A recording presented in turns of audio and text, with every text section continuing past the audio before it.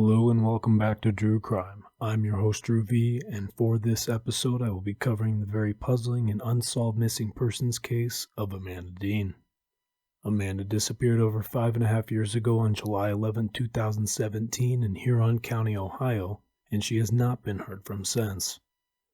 There's proof that Amanda had been in an abusive relationship with a boyfriend at the time, Frederick Rear, who from what I understand still has never been spoken to or interviewed regarding Amanda's disappearance. Amanda's family had gone to law enforcement to report Amanda missing after losing contact with her, but the Huron County Sheriff's Department would call up the search for Amanda a day later, assuring her family that they knew she was somewhere safe and Amanda did not want to have any contact with her family. As the story unfolds, we learn that Amanda's family would continue to be told by Huron County Sheriff Todd Corbin that Amanda was safe at a safe house, but as the years passed on with no sightings or communication from Amanda, the family just knew something wasn't right, just like they had from the beginning.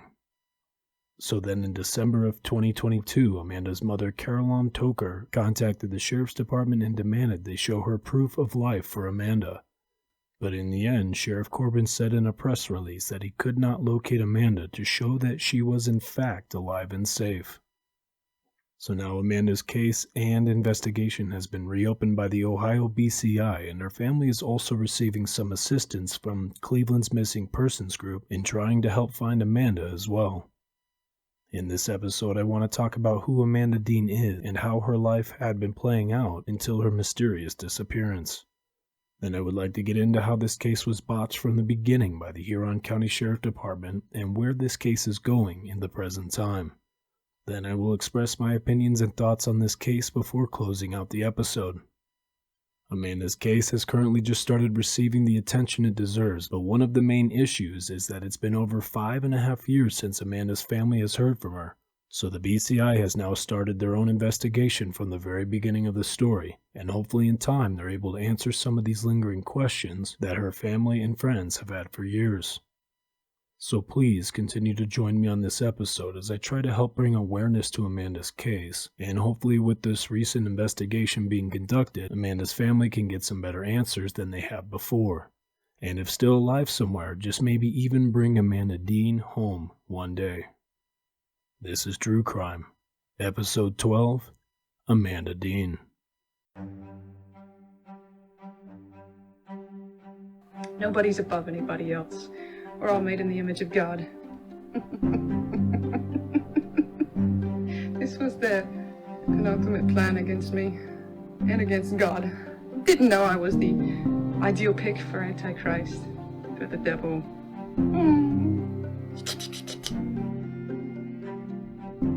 Yeah, there's about to be a crime that's going to happen if my kids don't come back to me, you stupid. I got a gun pointed at your building. Where's your judge warrant at? You gonna bring that out in handcuffs and I'm gonna execute that right in the street. This is very persistent. Your mom should have slapped you. You have been placed upright. And when you die, you go to hell. Now, before I begin Amanda's story, I'd like to let everyone know where I got my information for this episode, and there are a lot of great resources out there for people to check out if you or someone you know might be interested in this case. There's a Facebook group called Help Find Amanda Dean that has a lot of great information that included some pictures of actual police reports from this case that are no longer available, and a lot of the posts on there I will be using for my video presentation on my YouTube channel as well. There's also a lengthy interview with Amanda's family that was done in January of this year on YouTube, posted by WYKC Channel 3. I also found a lot of information about the course of this case through articles posted by the Sandusky Register, which now I'm not able to access due to subscription blockers, but I will have all of these sources listed in the episode description box. Also, a quick reminder where you can find all of my Drue Crime episodes online. My episodes can be found on Spotify, Apple Podcasts, Amazon Music, and many others. I can also be found on TikTok, where I like to put out trailers for my upcoming episodes, and I can also be found on YouTube, where you can find my whole episodes that include a video presentation for each one. I can also be contacted through Facebook, Twitter, or even my personal email, druecrimepodcast@gmail.com. Now, with all that out of the way, let's get right into who Amanda Dean was. Amanda Doreen Dean would now be 42 years old, who lived in Collins, Ohio in Huron County before she disappeared in 2017. Collins is a small town in northern Ohio which is now around 400 people and has had a reported decline of population of 23% since 2020. Amanda has 2 sisters, is a mother of 4, and now has 2 grandchildren whom she's never met due to her sudden absence. I believe she also lived in South Carolina for a short while with an ex-boyfriend who was also abusive towards her, much like her ex Fred Rear, and I will talk about that again here shortly. Amanda's sister Shannon describes Amanda as being someone who is friendly, loves life, and very much enjoys karaoke. Amanda was also family-oriented, had a good singing voice, cheerful, and loves art and music. Amanda loves animals and had a dog of her own named Baby Dean, and one of her sons, Joshua, also describes Amanda as being very fun and free-spirited as well. So from what I have gathered in my research, Amanda Dean is someone who is very loved by everyone that was around her, and seemed to be a very genuine person, so it must be very hard for her family and friends to accept her disappearance without any closure to it at all. I speak of Amanda's characteristics in the present tense because no one quite knows what exactly has happened to her, and as of now I do think there's a small possibility she very well could still be alive somewhere to this day. But after over 5.5 years of being missing, it is very hard to say. Now I'd like to move into the beginning of Amanda Dean's story, which I will begin on July 10, 2017, the night before Amanda was reported missing. So just recently in February 2023, the Sandusky Register, a daily newspaper in Ohio, made a public records request for a dispatch call log from July 10, 2017, and other records related to an alleged domestic violence complaint at a home in Collins. This is where Amanda Dean lived in a cabin on the Rear's property with her abusive boyfriend Fred before she disappeared. Amanda has been listed as the victim of a previous domestic violence complaint at the same address and a possible drug overdose call there in June and in January 2017 as well.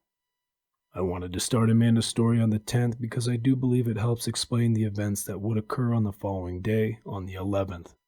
I'm Shannon Dean, SHANNON, Dean, DEAN. I am Amanda's sister. There'll be times that she would call me from Ren's phone, which is his mother, and it's like an off and on thing. I was allowed there and then I wasn't allowed there because I didn't agree with what Fred was doing to my sister. And so there was a lot of altercations, and I was even advised when I reported him giving her a black eye not to go back on the property for right now because for my safety, they were afraid, of anything. So even though it was my sister, I wasn't going to stay away. But it was like several incidents that she would get a phone and then he would break it, get into a fight, and so. Was she living with him? Yeah, off and on. And so what was the last message that you got from her? Was it the day before, or was it July 11th? When was the last time you had communication with her? I believe because the last message I had with Amanda was we were actually going to remove her from that home, that cabin. I had talked to my Aunt Geneva, and she said that Amanda can go ahead and move in with her and stay with her as long as she wants, so it was all set in stone. I told Amanda, I hope you're ready to go, because Geneva said it was all right, because we were talking back and forth about it, and then, I was working in a hospital, so I had to wait till my day off and stuff, and then I got a text from Ren. So on Tuesday, July 11th, Amanda's sister Shannon received some texts out of nowhere from Lorinda Rear, who was also known as Rin, who was the mother of Fred Rear, who again was Amanda's abusive boyfriend that she had been living with on and off on the Rear's property on Collins Road before she disappeared. Rin stated in her text that, quote, "Wow, walked out to the cabin and no Amanda. "How's she doing?" "I won't bother you, just checking up on her. Like I said, she is a good kid, just her and Fred together aren't good. She needs a decent man in her life along with her family by her side. Please give her a hug for me and Paul. He is concerned about her. And real quick, Paul is Fred's brother, which I have gathered is deaf." The rest of the text, from what I can see, then goes on to say, "Amanda has always been good to Paul, and I, as his mother, really appreciate it. It takes special people to be with the handicap," and then the text cuts off. Well, what's interesting about these texts are, Rin never texted Shannon before this day about anything, and this is when Shannon and the rest of the family knew something definitely wasn't right. Now, real quick, Amanda's sister Shannon had explained later on in 2023 in the Channel 3 interview that they did have plans before she disappeared to get Amanda off the Rear's property and out of Amanda's current situation, and ultimately Amanda would then stay with their Aunt Geneva, but obviously this would never happen. Also, the last time Shannon had seen her sister before she was gone was about 10 days before, on July 1st, 2017. So after receiving these strange texts, Amanda's family went to law enforcement and reported Amanda missing, because at this point in time, there was no way to get a hold of Amanda or even know where she was, because her ex Fred had previously destroyed all of Amanda's phones. Amanda's sister had stated that before July 11th that Amanda would have to text her sister using Fred's phone when he wasn't around, and after Amanda would make any contact with the family, she would then have to delete the conversation so Fred wouldn't find out. Before she was reported missing, Fred was known to be physically abusive towards Amanda, just so much that Amanda told people that on Christmas one year, Fred had wrapped a belt around her neck and drugged her around the residence.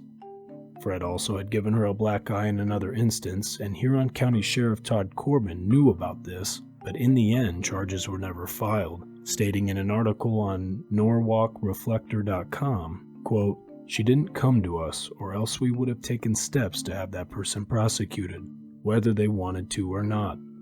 If we see signs of physical harm, we have to make an arrest," unquote.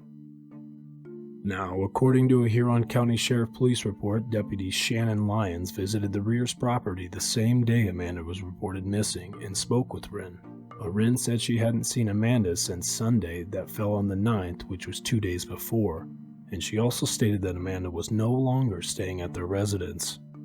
Rin also told the deputy that her son Fred had told her that Amanda's sister Shannon had come and picked her up on that Sunday, which couldn't be true because, again, the last time Shannon saw Amanda was on July 1st.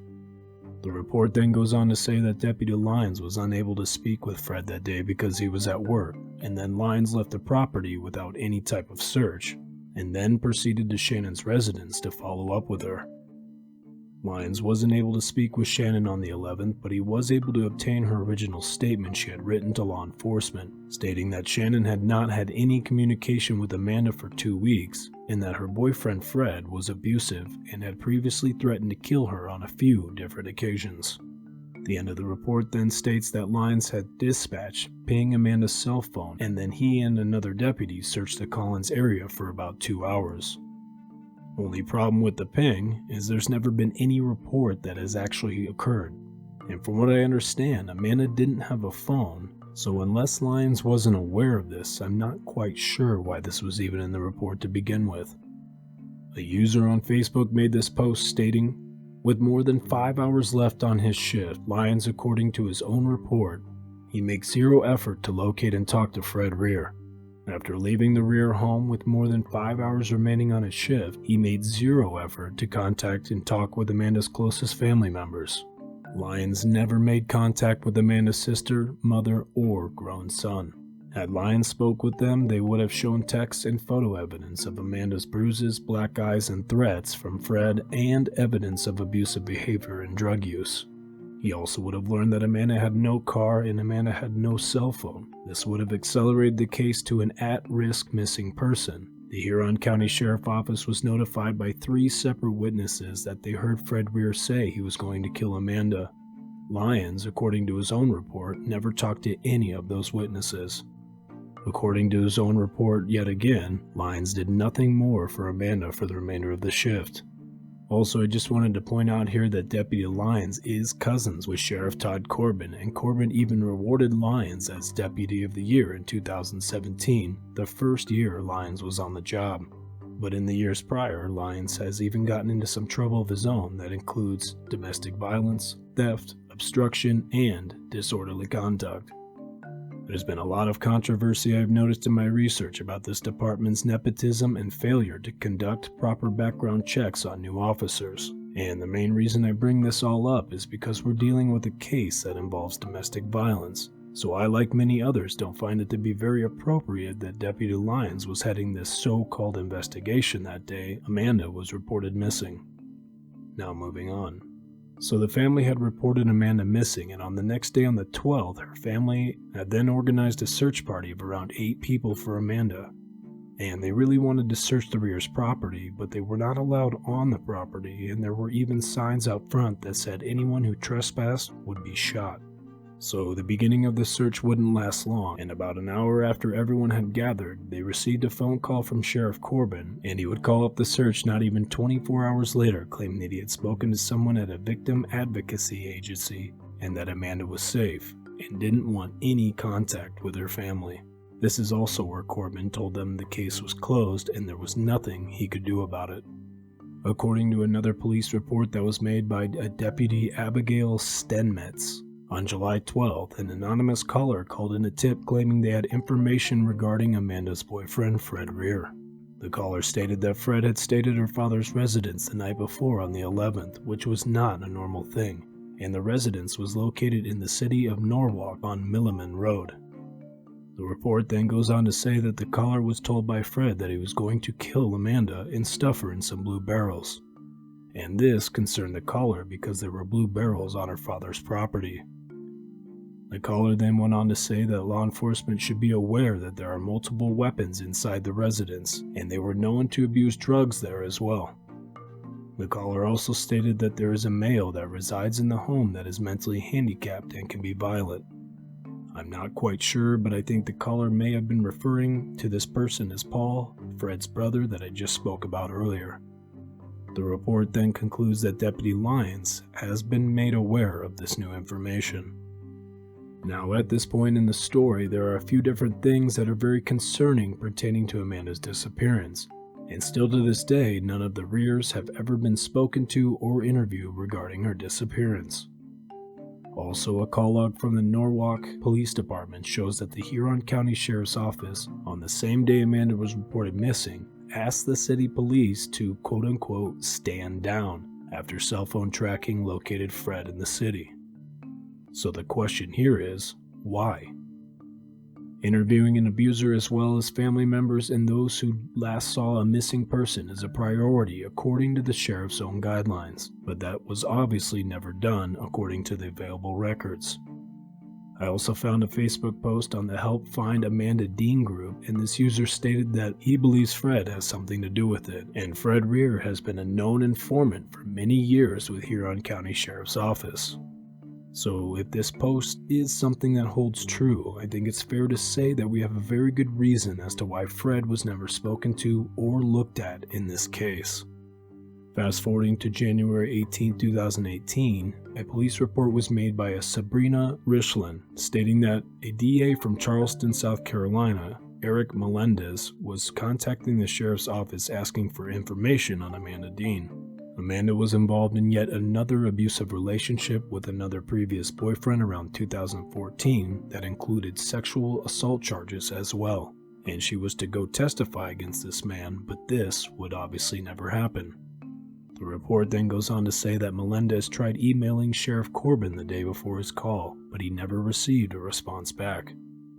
Then the report concludes that Sabrina informed Corbin of this matter, and Corbin's response was that the subject, Amanda, was safe and there are no issues, and that he would contact Melendez back and advise him of such. Unfortunately, that report also does not provide any detail about how the request was handled or if any information was ever provided to the prosecutor who made the inquiry. So for the next few years, and as this story continued on, there was still no trace of Amanda anywhere, and Amanda's family would go off of the word and trust that they received from Sheriff Corbin. Amanda's family had been continuously blackballed and ignored by Sheriff Corbin the entire time, and he wouldn't even let them put out any missing persons report saying that Amanda was safe and showed no signs of being in danger. But the question here is, how would he even know that since he's never even seen her or even spoken to her this entire time she's been gone? The last 3 people to see Amanda alive were never spoken with or interviewed, and the 3 people closest to Amanda were never interviewed as well. They would have shown the sheriffs the text messages that Amanda was in fact in danger at the time, but obviously they never got the chance. So like I had mentioned in the beginning of the episode, in December of 2022, Amanda's mother Carolyn demanded some kind of proof of life, and the request for the proof of life was filed with the help from the Cleveland Family Center for Missing Children and Adults. It was a way to find out if the sheriff's office had actually established that she was alive and safe, and to push for further investigation if they hadn't. I'm Carolyn Tokar, CarolineTokar, and I'm Amanda's mother. I told the deputy that my daughter's been missing 5.5 years. That's danger enough to me. I'm her mother. I feel she's in danger. And we were still denied because we couldn't prove that she was in danger. Can you tell us a little about the email that you sent the sheriff that prompted him to open up an investigation? You pretty much demanded. I did a demand letter to the sheriff's office for proof of life. I needed a proof of life, okay? He's telling the Sandusky Register that she's safe and she's fine. And this is before the Sandusky Register met with me and Joshua. And I'm sure that because he couldn't give Mr. Westerholt answers to his questions that were convincing, but he kept telling him that she was safe. And so he was telling people this, and the media, that she's safe up to 2.5 weeks ago.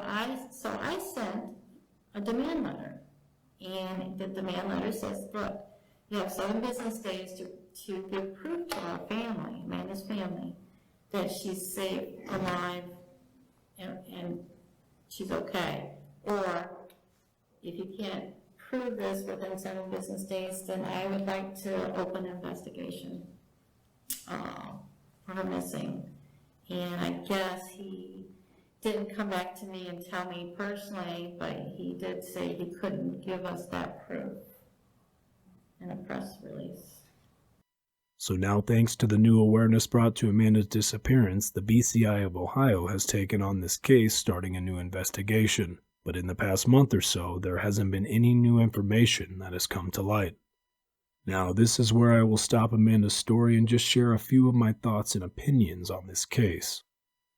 I can't really speculate whether or not Amanda Dean is still alive somewhere out there, but I don't think it's very likely given all the circumstances I just covered in this episode.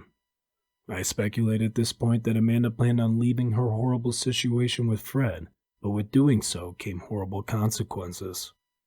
People mentioning that Fred is an informant for the Huron County Sheriff and the drugs that have been present in the past very well may be reasons as to why Amanda has been silenced for all of these years. Did Amanda know too much about something and she was going to talk?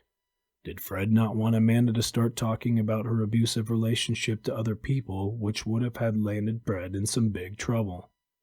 Whatever the reasons are, I do speculate that Fred and maybe others have something to do with Amanda's disappearance.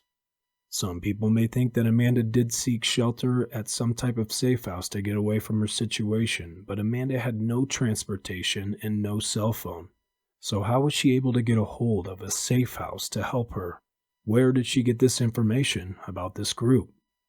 These are questions the family had asked, and after learning about what kind of person she is and what her family has to say about her, I find it very hard to believe that she would just walk away from everything, most importantly, her family and kids. One last thing, and then I will conclude this episode. As I was finishing up my research in this case, a new article on the Sandusky Register had been published on February 25th of this year, and its headline with "Amanda's Case Takes a Twist," stating, "Newly recovered text messages emerging in a missing persons investigation suggest deep family secrets may have played a role in the disappearance of Amanda Dean." A source told the Register that evidence was being withheld from the state agent assigned to this case, and other information that had been provided was being ignored previously and more recently. So it's impossible to say what this truly means at this point, but since this new investigation is so fresh, I'm sure we will learn more as this case continues on. This will definitely be a case I will keep a close watch on for the time being, and just hopefully Amanda's family and everyone who is out there supporting finding Amanda Dean will start to get some answers and finally find some closure on this very bizarre disappearance case. If you or anyone you know has experienced domestic violence in any way, please seek help and contact your local domestic violence shelters or contact the 24/7 National Domestic Violence Hotline at 1-800-799-7233. Now, I wanted to go ahead and thank everyone who continues to tune into my podcast. With every episode I publish, my audience continues to slowly grow, and I can't tell you how much I truly appreciate that. So for my next episode, I will be covering another bizarre case of 20-year-old Elaine Park, who disappeared after leaving her boyfriend's house on January 28, 2017 in the dark canyon of Malibu. And though her car and personal belongings have been found, Elaine remains missing to this day, and her family suspects foul play was definitely involved. So make sure you tune into this next one. It's another case that has a lot of mystery and really deserves a lot of attention. So thank you everyone again for listening, and my always friendly reminder, love everyone but trust no one. I'm your host Drue V, and we will catch you soon on the next episode of True Crime. Hello and welcome.